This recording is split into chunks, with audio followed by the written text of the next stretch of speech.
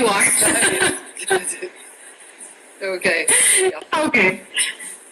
All right. Okay. So yes, I was just introducing you to everybody, and basically the way we know each other. We know each other from Pune, and we're connected through yoga, and that's how we know each other. And we did the retreat in Italy last year, and this year, the whole world is in chaos.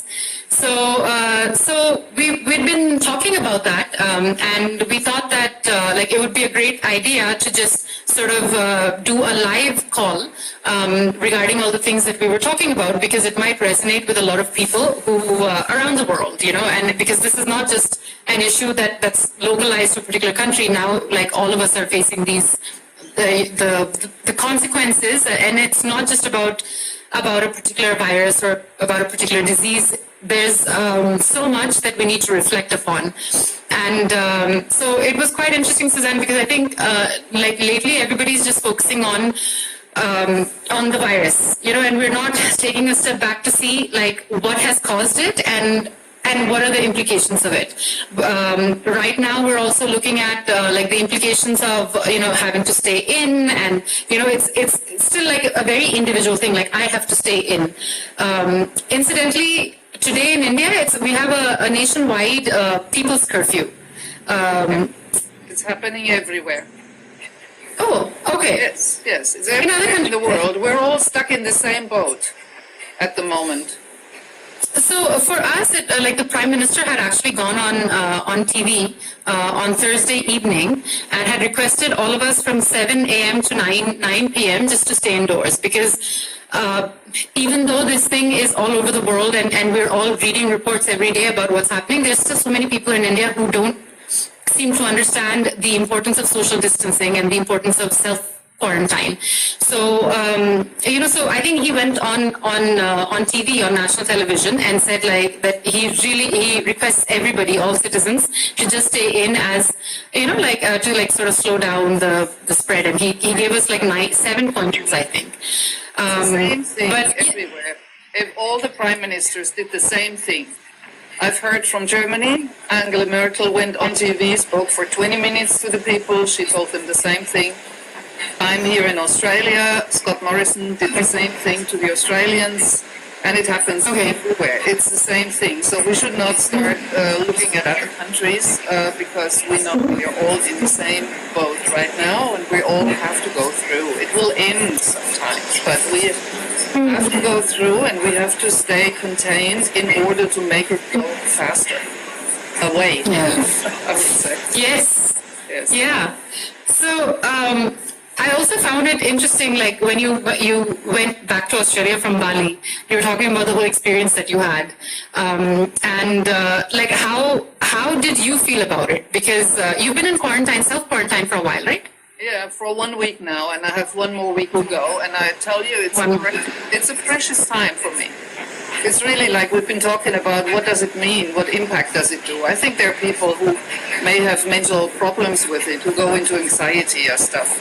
But that's we have yoga, because what we do with yoga is really getting into our body, and with our body we start going very deeply into ourselves. That means we're putting the senses from outside to the inside. And we have a big concentration portion going on there.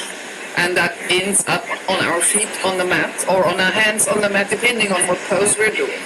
But that is a grounding effort that we're doing. And so if people don't have anything, it could be anything. It could be they hop on their trampoline or do whatever else. Yeah. But if people don't have anything that they can hold on in their inside, I think it may create trouble with a lot of people who are used to go out, communicate, whatever crap we talk about all the time. It might seem interesting, might seem important, especially at this time. But maybe at this time we realize that all the chatter that is going on, you might have to just calm down and just enter in your own center and just be there. And this is the only place that you can feel safe in. It's really the only place ever, always, all the way through life. Yeah, that's an interesting point that you bring up, because I still know a lot of people who are, who don't seem to understand the need for like the curfew. They're still they still find they're trivializing the entire thing. They're still saying, well, oh, I forgot, my eggs. I couldn't buy the eggs, and I couldn't do this, and why are they doing this? And still planning to go out and meet people. I think maybe this is a sign of the times that we find staying in and not going to work and not really being able to communicate in the way that we have so far. We find it so limiting, whereas it's you can do it or you cannot, and you can bring other people into danger. That's the main reason behind it. Infection goes really, really smoothly, and it's an invisible enemy that we're confronting. And the germs or whatever it is that we take in whenever we get a flu, we don't know, oh God, all of a sudden I have a flu. It's pretty much like that. But you have trapped it somewhere. Either you're of someone else who is whatever sneezing, it may be more subtle. You just touch a surface that this person has touched. If that information is out loud and graphic to the people, that any surface they touch and someone else's touches, someone else has touched before, that's stuff that gives them the shit, and they pass it on without knowing. And so that's our responsibility now, to just keep that contained and be just quiet, just take this time of experience.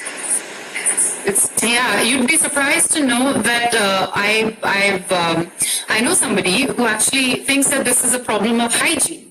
Well, we're very hygienic. We're all very clean.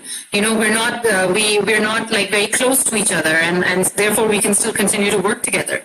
So I see a lot of people not being able to understand the way this virus is working, and I think it's hard for some reason it's hard for a lot of people to really get their heads around this idea that this thing just spreads, that it may not be airborne, but yet we have so much physical contact with each other, that it's going to spread. And like the consequences for a country like India, where population and population poverty, a lack of sanitation, it can. I don't want to be in it. Your traffic in the street, does that have a reduction now? Is there a little less of that? Oh, yes. Would you like to see? I mean, for the first time, I can see the road outside my house completely empty. Like, we can see all the trees. Would you like to see? Wow. Yes, lovely. Yes, show me. Yes, sure. Okay, wait. Let me just take you out. So I woke up this morning and I was like, what? There's no traffic noise. There's nothing. Like, I stood outside in my balcony and I was like... Good effect. Bravo, India. Yeah. No more restrictions in the streets. Wow. Yeah, so if you see... So a lot of people used to play in that, kids used to play in that, the playground. And... this is like a very big junction. Like, there would be traffic both ways. Yeah. And this is a club where you have like people swimming. There's a swimming pool there, and it's a club which has a library, tennis courts and stuff. And there's nobody, And you can even hear like birds, and you can even see birds. Yeah. Okay. Yeah. So you just heard some guy. Unusual. Yes. Yeah, because we've all been stuck in the traffic of Pune, and I don't want to imagine that at the moment. So I mean, I think rickshaws, you would have to just I would want to wipe down everything before I ever touch the phone anyway. Or So I think how the Indian government also reacted like very quickly to this with unprecedented haste. They as soon as they heard that they have learned. They have learned. Yeah, thankfully. And for the first time, I think, we as Indian people, we criticize our government a lot. We're never happy, with what's happening. And So, and we're very vocal also, like even on social media, like mean, you just have to go on social media and you see so many things against Modi. But the way he has really dealt with this issue, like in a step-by-step manner, in a very planned way, he's listened to everybody. He's taken into consideration the fact that, most of the population in India is illiterate, is poor, and, then he's really tried to plan things in such a way that we can all sort of handle it. It's quite impressive. I wouldn't. I'm quite happy with the government with the way they're handling it. So that's good. I mean, they are under real pressure because in Italy they have really had the worst, and I hope they're coming down a little bit. But they have a good health system. They had really good doctors. They have good hospitals, really good equipment, everything, and still they have a death toll that is amazing. And that is just because in the beginning they took it easy. And now everybody's in the house. You probably have seen the videos on social media where they sing from their balconies and try to keep each other happy and entertained. And the communities are growing together. In my community at home in Germany, where I am not right now because I'm in Australia, neighborhood goes together, and there are neighborhood websites where they kind of connect with each other, and everybody can buy something. I need this, I need that, and you can just like, who's going shopping? Can you bring me something and stuff? So they really try to do it, and they stand on their balconies and clap their hands each time. So that's great. Just to form community and to just make everybody feel in it. And here in Australia, we just had a bit of an afternoon talk with friends who dropped by because I said, okay, I'm making an apple pie, and if you want, you can swap some ice cream. They have an ice cream shop. So they came and got half an apple pie and brought like a sort of ice cream. So stuff like that. Right. And for me, I mean, just like to have the time to observe. I see all kinds of amazing things. I observe what are butterflies doing together when I walk in a bush, and it's amazing. I saw a butterfly looking for a mate, and the first mate put him down, and the next mate let him come in, and then they kind of stuck together and flew off together. I haven't seen anything like that. I stand if I didn't have the time and weren't cursed to just, take my time and take the space and stuff like that. There's a lot to discover out there, or in there. You just sit and discover stuff inside. Yeah. And I guess, like, time will tell about, what this time in quarantine is doing to us, in terms of growing as human beings. But I guess, and maybe you would agree that it's a time of growth, like individual growth. And what are how do you think that's going to impact like social relationships going forward? Because I think now we're all, I think it is really a big solidarity feeling out there. It could also be, it really depends on who you are. What are your values? I mean, there are people. There are those who love community, who also can put themselves a little bit back in favor of a community or just offer help. But there are also the others who belong more into that pool, who always elbow themselves forward. So there are some people who even could, take this to their advantage. There have been people out there who bought all the sanitizers. Only the black market more expensive. There are people who bought all the face masks only to sell them for more money. And it's always this way and that way, and it's always the yin and the yang. It's the light and the shadow. It's always there. I would hope that it does have an impact on us being forced to go inside of those people who have maybe a little bit of practice. To just sit and ponder and say, what are we running around for anyway all the time? This is a road to nowhere. Well, how about returning home? How about just returning, coming back home to yourself for 5 minutes, for 10 minutes, for half an hour a day? You have a different atmosphere. It's like a little parking spot. It's like you can take this little parking spot for yourself, and then from there you have a different outset into the day.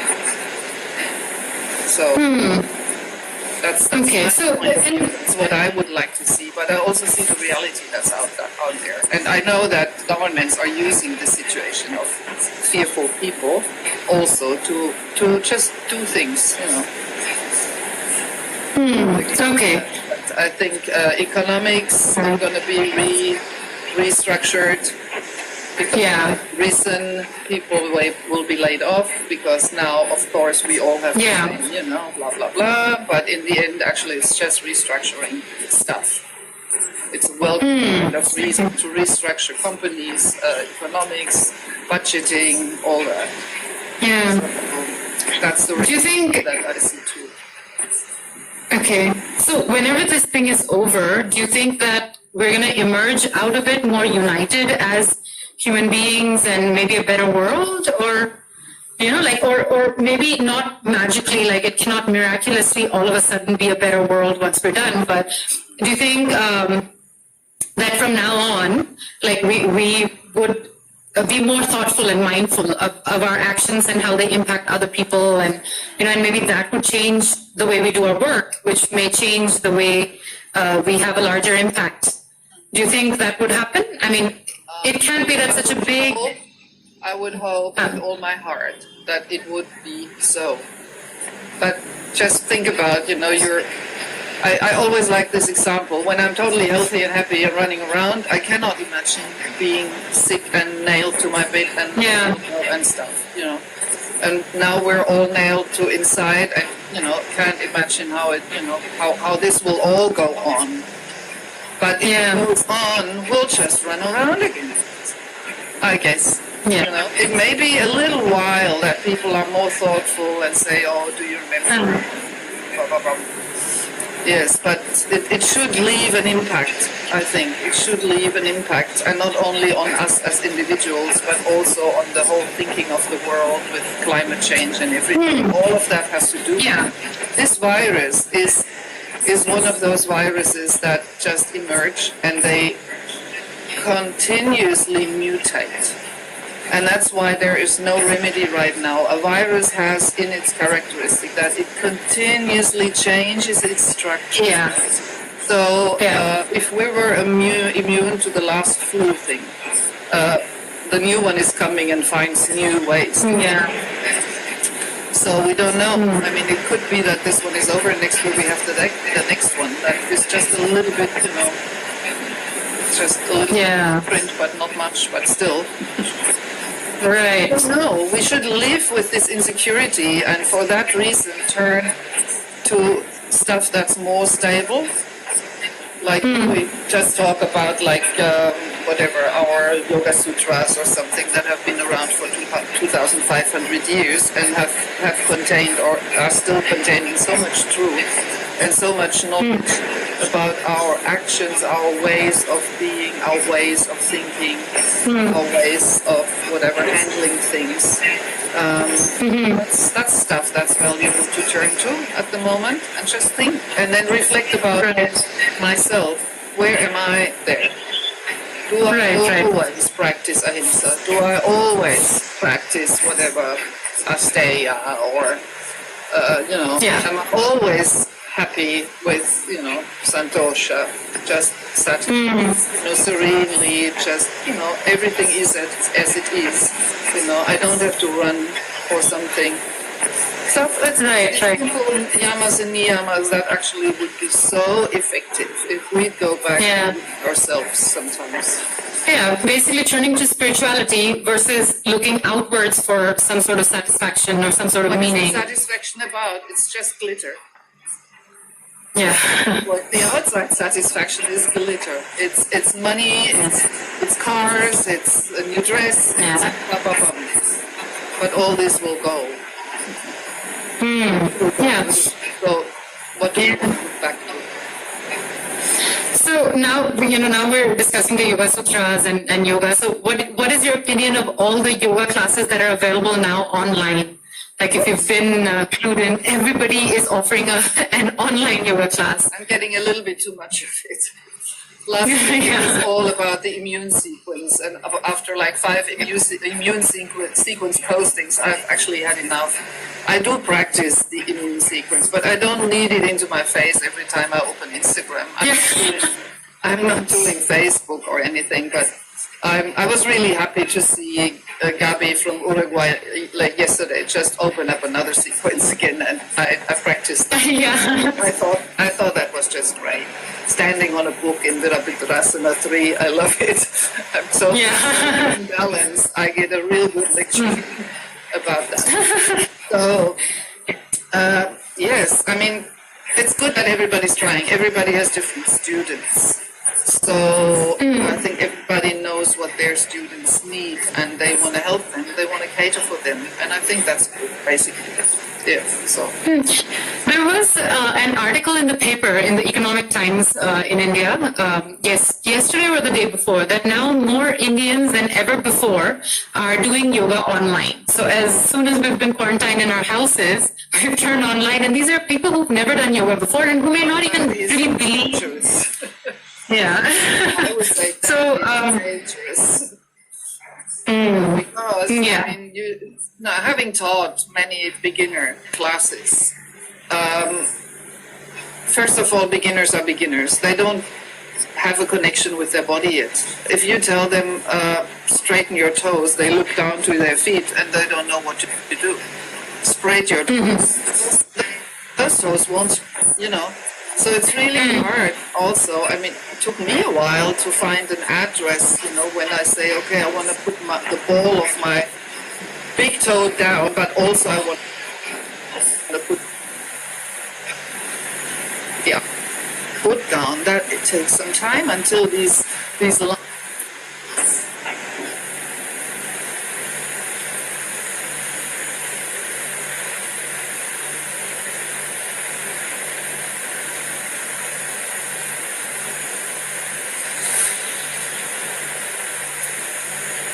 Okay, there was a little delay.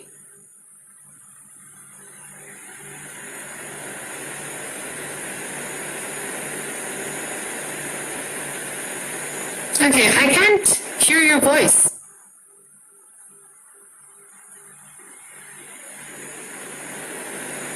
Yeah, I can't hear you.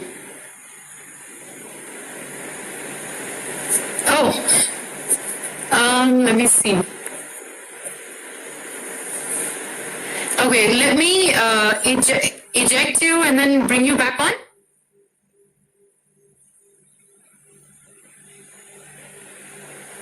Wait, let me just see if I can.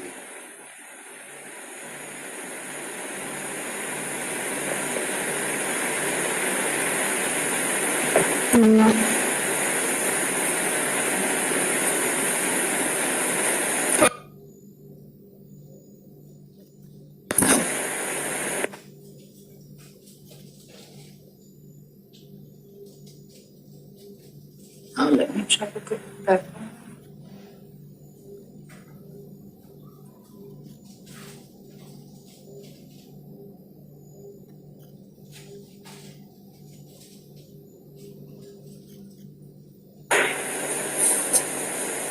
Is it better? I can hear Yes. you now. Okay, good. Yeah. Yeah, anyway, but basically I think it's good if those people who want to do yoga do it carefully and just feel into their own body. I think moving is better than not moving.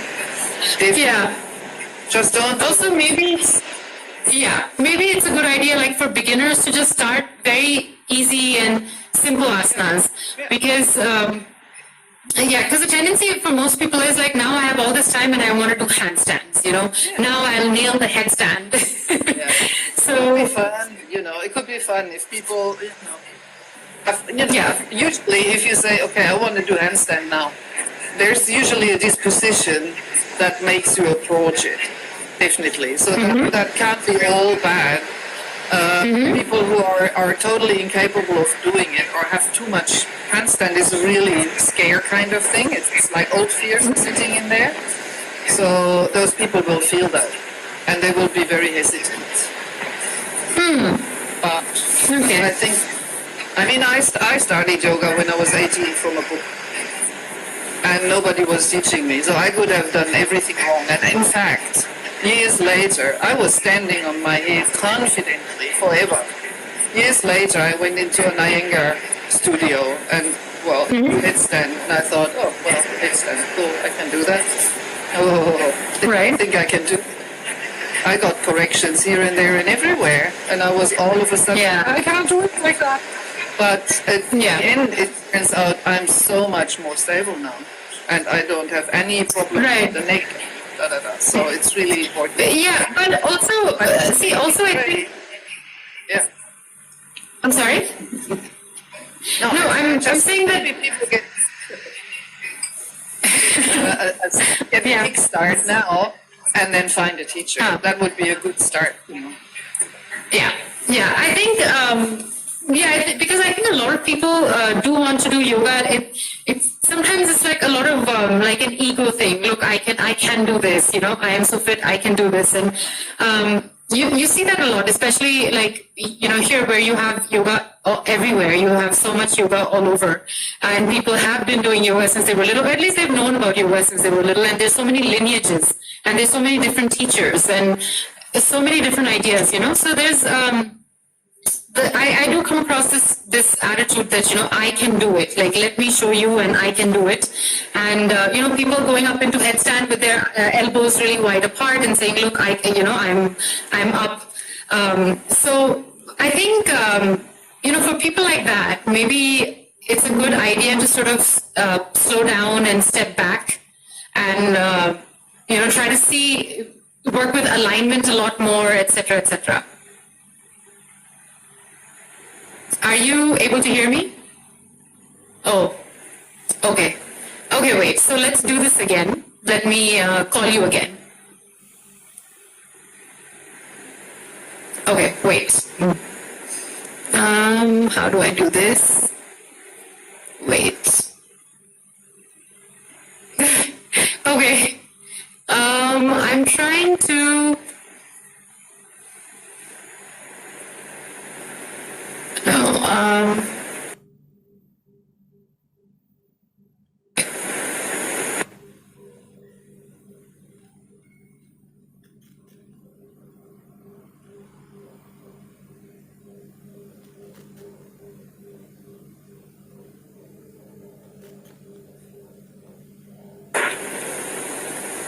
Back again? Okay. Yeah. Okay, I think Instagram thinks we've been talking for too long. Yes. But, Obviously, my thing here is running hot. What I wanted to say about this is a very, very common thing that people go on the mat, also in the class, and there is no ahimsa going on because they're over-challenging their body. We have to be ahimsa with ourselves, right? First of all. Then there is